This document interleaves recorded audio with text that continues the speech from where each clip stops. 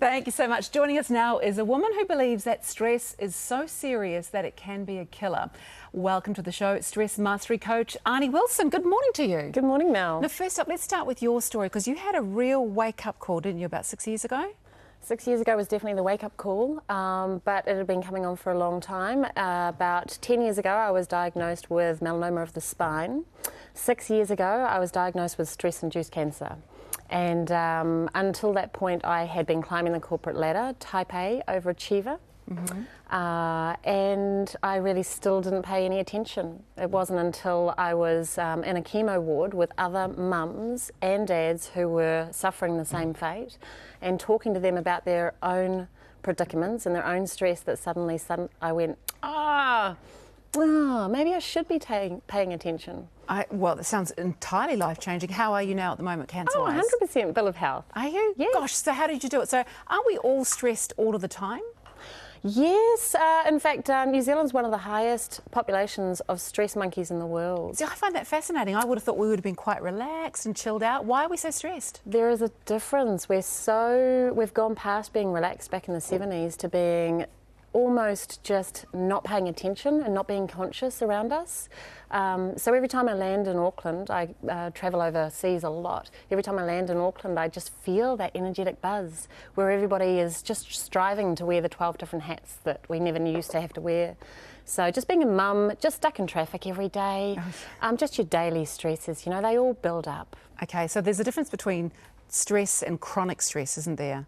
Oh my goodness, there is. So what's chronic stress? So chronic stress is the stress that you feel that is intrusive to your own personal daily lives and your own values. And so over time, a good stress, which is acute stress, which is the feeling that you get when you jump out of a plane. Okay, that's a good stress. That's a good stress, right? Like a thrill seeker like me, I go out of my way to find that That's stress. exciting. That's great. And then you've got your eustress, which is your daily stresses, which is just your general, am I this or am I that? Should I do this? Should I do that? Decisions. But chronic stress really does build up, and the more that we let chronic stress and the more that we focus on our stresses, the less empowered that we are about being conscious in the present moment. And it's when we focus on our stress that everything starts shutting down in our bodies. Okay, so that can make us sick, all sorts of things. So you as a stress master then, what are you, I mean, you must obviously still get stressed. What are your tips for coping? So I teach people actually that when you wake up in the morning, the first thing that you do Is not check your phone.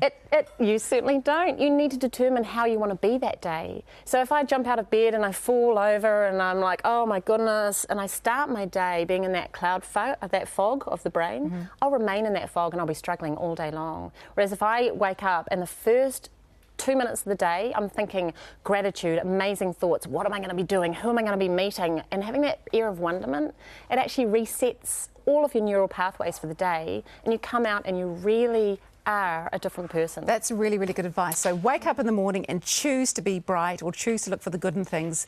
That's the number one stress coping thing that you do. I think that is a wonderful thing to do.